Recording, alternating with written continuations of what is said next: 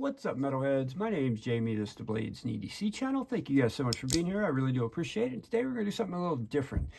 This video is going to be pretty subjective, right? These are going to be 5 knives that I think they're worth the search, right? If there's some knives that are just hard to get, they're hard to find. Some they don't make anymore. Some they do make, but they rarely drop them, like the Shadow. Are they worth your time and effort searching the blade forums and Reddit and Instagram? You know, always go to the manufacturer and, you know, follow them on Instagram to start with to see when the drops are coming, and also sign up for email lists. Do whatever you can if you really want the knife. Is the Shadow worth that search, that, you know, that endless search? I spent 6 months trying to get one of these. I didn't want to pay over retail though. And I'm not judging anyone who does. So this is not about price. This is not, is this knife worth this amount of money on the secondary? That's not this. That's up to the individual, right? Whatever you're willing to pay for it, you can pay for it. And I don't judge anyone that pays over retail. You know, do what you want to do. Spend what you want to spend. Is the knife good? You know, is it that good? The Shadow is that good. It really is. I mean, this is a G10 knife, right? With 20 CV blades still.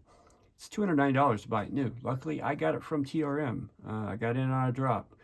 I do see these selling for $350 to $400 on the secondary. I'll let you decide if you want to spend that or not. Totally up to you.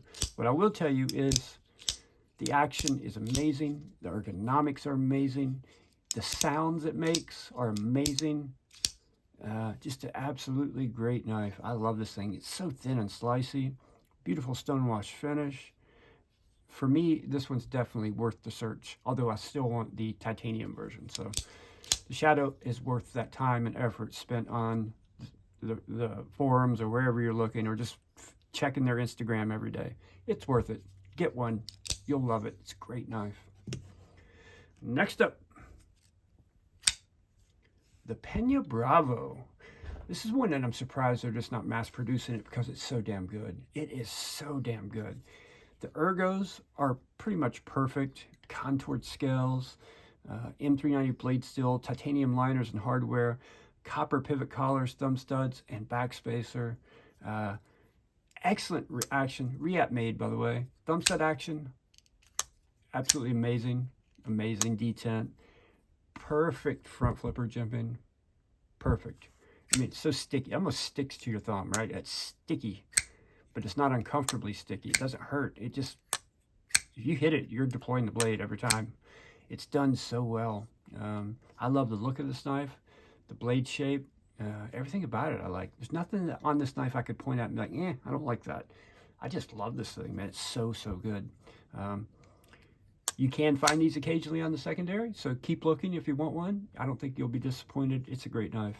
Did a great job on this one. They really need to make more of these in different scales and stuff. Maybe some fat carbon, micarta, or titanium. Maybe they have, and I'm not aware of it. But as far as I know, this is the only one they've made. I could be wrong about that, though. I'm wrong all the time. If you watch this channel, you're already fully aware of that. All right, this next one is, this is subjective, right? I'm thinking about this as someone that's looking for this knife. I wouldn't be looking for this knife just because of the size of this knife. Although there is a compact version I would love to check out. This is the Dimco AD20. This is a beast of a knife. Hard to get. Expensive when you can find one. Man, it's done so well. It really is done well.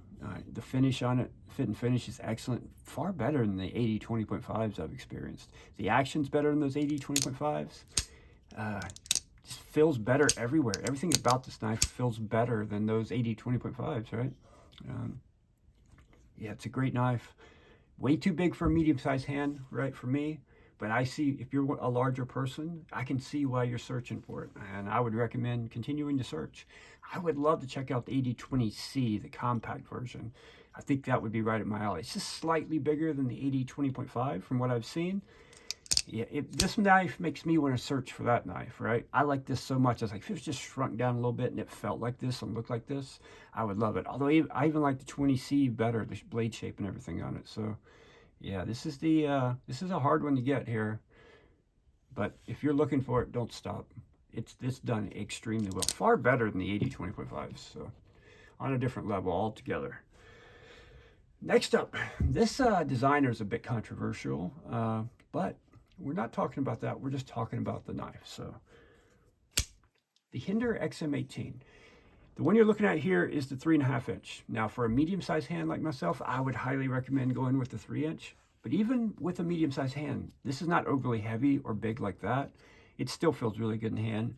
I just think for my hand size or smaller, you'd be better off with the 3 inch, but 3.5 inch will work just fine for you also. I've had a few Hinders in hand, and every one of them, I mean, first of all, they have excellent ergonomics. They also have detent perfection. Everyone I've felt, detent perfection. Tri-way pivot, so if you don't like the feeling of bearings, you can put phosphor bronze washers, or if you like Teflon washers, you can put Teflon washers. You can put whatever you want in there to give it the feel you want it to have. And yeah, they're all guillotines. Every one I've had, completely drop shutty. And excellent action, excellent ergos. And you can actually find these on the secondary generally under retail. So this isn't one of those. They are hard to find. They will occasionally drop on websites, but they sell out instantly. But if you watch the secondary, you can find these pretty regularly, actually. And generally at retail or below. So the Hinder XM18 goes for the 3.5 or the 3 inch, depending on your hand size. Both are excellent. Now this next one, the only way you can buy this one now is on the secondary, which is sad. It really is sad because it's so damn good. It is so damn good. It's like, it's one guy doing it too. One guy doing it by himself. It's like, hire people and do it more, man, and sell them. Mass produce them somehow. This is the Transparent Knives Reblade Dimco 80 20.5. This knife is a love-hate relationship for me. I love this thing, but I hate that it made me not like my 80 20.5s anymore. I'm just not a fan. Now that I've felt this is different on a, not slightly different, not just a little bit different. It's an entirely different knife for the better. If you've ever handled 80 20.5, the clickety-clackety I like, but it just doesn't feel glassy smooth. This feels like React made it, okay? This feels like React quality action. The pivot, the feel of the pivot, how smooth and glassy it is. I've held, I don't know, at least 5 80 20.5s, probably more than that at this point, probably closer to 10. And they're not even remote, they're not even the same category as each other. This is so different. Unfortunately, Brian is no longer making these. If you're not following Brian at Transparent Knives on Instagram, you really should. Does amazing work, man. But, you know, if you want to get one of these, you're going to have to get it on the secondary. And I highly recommend getting one because you just have to experience it. It makes you, the thing about this knife for me, once you experience how this feels, it makes you look at this knife and you go, huh, why? Why can this guy with minimal machinery in his garage do this? But you guys can't do it with this and make it feel as glassy as this. It kind of, you know, that's why it's a love and hate relationship, right? Because I loved 80 20.5, but this has made me realize, I'll put it this way. This is the premium 80 20.5. These run at almost $400, right? These were around $600. If you can find one of these on the secondary for $600, spend the extra $200. You will not regret it. You will not regret it. And honestly, you may want to sell the rest of your 80 20.5s after you experience it. You're going to be like, oh, this is not an 80 20.5. This is something different. This is very different and done so well. Sad to see that he's no longer going to be making these, but I'm also excited to see what he moves on to. I hear he may be making his own custom knife now, or having scales made. He does the blades. I can't, yeah, that could be very exciting. So, yeah, amazing knife.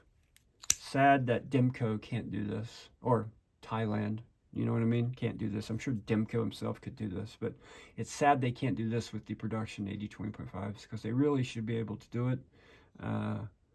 If he can do it in a garage with minimal machinery, there's no reason they can't do it in a big factory. So, all right, guys, that's going to wrap it up. Those are 5 knives that, in my opinion, they are worth the search. Don't stop looking. You're not wasting your time because when you do finally get one, you're going to be glad you spent all that time searching for it. Thank you guys so much for watching, and I'll see you all on the next one.